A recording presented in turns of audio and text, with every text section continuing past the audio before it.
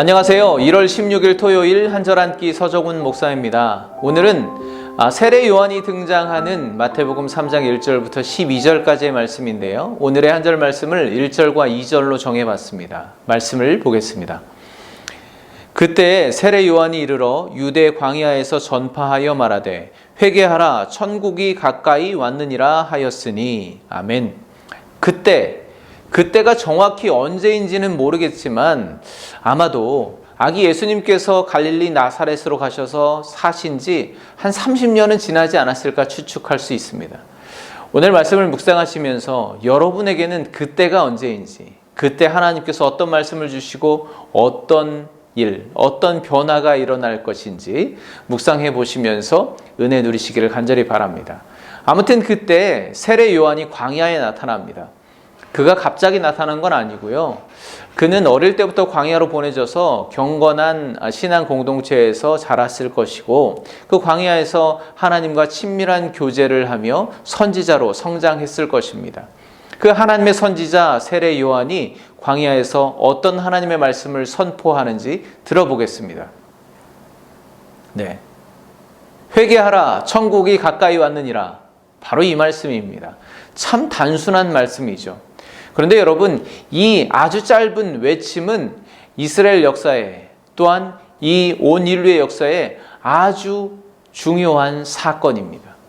왜냐하면 하나님께서는 구약의 말라기 선지자 이후로 400년 동안 이 땅 가운데 어떤 선지자도 보내지 않으셨습니다.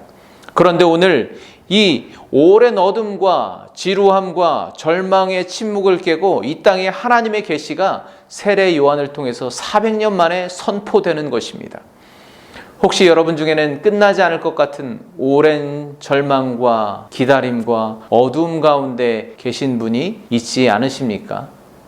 오늘 들려주시는 이 말씀이 여러분의 모든 어두움과 절망과 지루함을 깨트리고 하나님께서 새롭게 들려주시는 주님의 음성이 되시기를 간절히 축복합니다.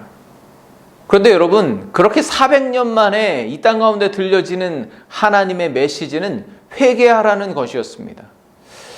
오늘 나눔은 좀 어두운 내용이 될 수도 있을 것 같습니다. 왜냐하면 회개에 관한 것이기 때문이죠. 그런데 여러분, 회개가 꼭 이렇게 어둡고 무거운 주제일까요? 사실은 제가 그렇게 생각하기 때문입니다. 설교자들은 이 회개에 관한 설교를 하는 것을 좀 안 좋아합니다. 아니, 그런 경향이 있습니다.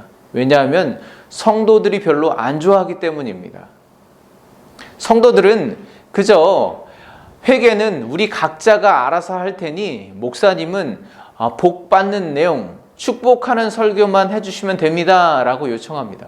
물론 여러분들이 그렇다는 게 아니고 그런 성향을 가진 성도님들이 많이 계시다는 거죠. 그런데요, 400년 만에 나타난 하나님의 선지자 요한은 광야에서 세상을 향해 회개하라는 하나님의 메시지를 전하고 있는 것입니다.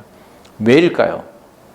아이러니하게도 회개해야 하나님의 복을 누리기 때문입니다. 회개해야 가까이 다가오는 하나님의 나라를 맞이할 수 있기 때문입니다. 그러면 여러분, 세례 요한이 외치고 있는 회개는 무엇일까요? 영어 성경에 보면 repent라는 단어를 사용하고 있습니다. 이 repent라는 단어는 후회하다라는 뜻과 회개하다라는 두 가지 의미를 가지고 있습니다.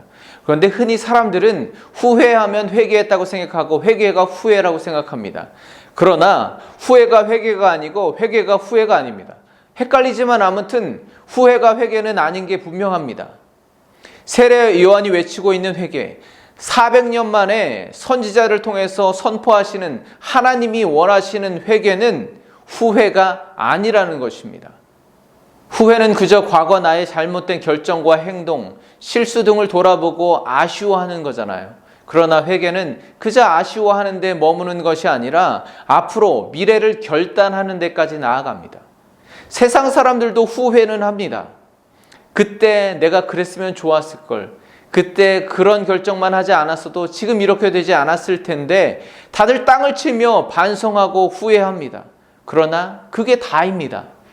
그러나 회개는 과거의 잘못과 실수를 돌아보며 후회하고 거기에 머무는 것이 아니라 그럼 앞으로 어떻게 나아가야 할지 하나님께 그 길을 묻고 구체적인 행동으로 결단하는 것이 회개입니다. 그래서 지금까지 걸어온 길을 돌아보고 이제는 발길을 돌려 하나님을 향해 새롭게 방향을 설정하고 나아가는 것이 회개라는 것이죠. 따라서 이런 의미로 CEV라는 영어 성경에서는 Turn Back to God 이라는 번역을 사용하고 있습니다. 그렇습니다. 여러분, 구약의 수많은 예언자들이 이스라엘 백성들을 향해서 외치는 것이 무엇입니까? 여호와께 돌아오라는 것이잖아요. 그렇게 본다면 구약 시대나 신약 시대나 지금 이 시대나 하나님께서는 한결같이 하나님께로 돌이키기를, 회개하기를 말씀하시고 기다리고 계신 것입니다.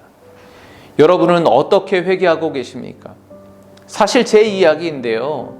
매일매일 하나님 앞에 쭈그리고 앉아서 회개한다고는 하지만 표현이 좀 그렇긴 한데요. 어찌 보면 세상 사람들이 이거 마시고 다 잊어버리자, 술 한잔 기울이며 그렇게 훌훌 털어버리려고 하는, 덮어버리려고 하는 것과 나의 회개함과 무슨 차이가 있을까 생각해 보게 됩니다.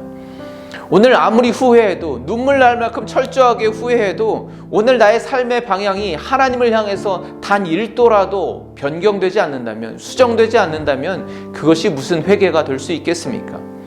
복음서에는 이 후회와 회개에 관한 두 사람의 예를 볼 수가 있습니다. 바로 베드로와 가룟 유다입니다. 둘 다 주님을 배신했던 자들입니다. 그러나 베드로는 주님 앞에 회개함으로 초대교회의 기둥과 같은, 반석과 같은 위대한 사도가 되었습니다. 그러나 가룟 유다는 후회하는 마음으로 스스로 목숨을 끊는 멸망의 길로 향한 것입니다. 여러분, 회개는 무겁고 어두운 것이 아닙니다. 정죄하려는 것도 아니고 또한 심판을 위한 것도 아닙니다. 오히려 회개함으로 구원받아서 하나님의 나라를 살게 하려는 것입니다. 만약에 교회가 회개함 없이 부흥하고 성장한다면 그것은 곧 정죄와 심판에 이르는 첩경이라는 것을 우리가 알아야 합니다. 우리 민족의 기독교 초기에 원산과 평양에서 대부흥운동이 어떻게 시작되었습니까? 한 사람의 목사, 장로의 회개를 통하여서 이 땅 가운데 성령의 부흥이 일어나게 된 것입니다. 그렇게 교회가 회개함을 통하여 부흥하고 성장하게 되었는데 이제는 수많은 교회들이 사람과 물질을 통해서 부흥하고 성장하려고 합니다. 그래서 마치 속이 빈 강정처럼 아주 작은 시련에도, 아주 작은 세상의 공격에도 속절없이 무너지고 있는 것이 아닐까 생각해 봅니다. 그런데 더 안타까운 것은 무엇이냐 하면 우리의 그런 비참한 현실을 돌아보며 한숨을 푹 내쉬며 땅을 치며 후회만 할 뿐이지 회개는 전혀 하지 않는다는 것입니다. 물론 교회뿐만 아니라 각 성도, 개인도 마찬가지입니다. 여러분, 후회가 아니라 회개하는 자가 되시길 바랍니다. 후회는 아무리 해도 후회는 여전히 남아 있습니다. 그러나 회개하면은 후회가 남지 않습니다. 회개는 돌이켜 하나님을 선택하는 것이기 때문입니다. 하나님에게는, 하나님의 나라에는 결코 후회가 없기 때문입니다. 우리 안에 진정한 회개의 열매가 맺혀지는 매일매일의 삶이 되시기를 우리 주님의 이름으로 간절히 축복합니다. 기도하겠습니다. 하나님, 400년의 긴 침묵과 어두움을 깨고 광야에서 들려오는 회개하라 천국이 가까이 왔느니라 이 선지자 세례 요한의 음성이 들립니다. 연약하고 부족한 우리의 인생, 뒤돌아보면 후회되는 것들 투성이이지만 그저 그렇게 후회하는 것에 머물지 않고 회개함으로 나아가 천국을 향해 나아가는 우리의 믿음의 걸음이 되게 하여 주시옵소서. 나와 우리의 가정과 이 땅의 모든 교회가 회개함으로 영원한 후회함이 없는 주님께서 주실 부흥을 맞이하게 하여 주시옵소서. 예수 그리스도의 이름으로 기도합니다. 아멘. 주일 은혜 가운데 잘 보내시고 월요일에는 우리 주님을 만나 뵙게 될 텐데 어떤 모습이실지 기대하시기 바랍니다. 감사합니다. 평안하십시오.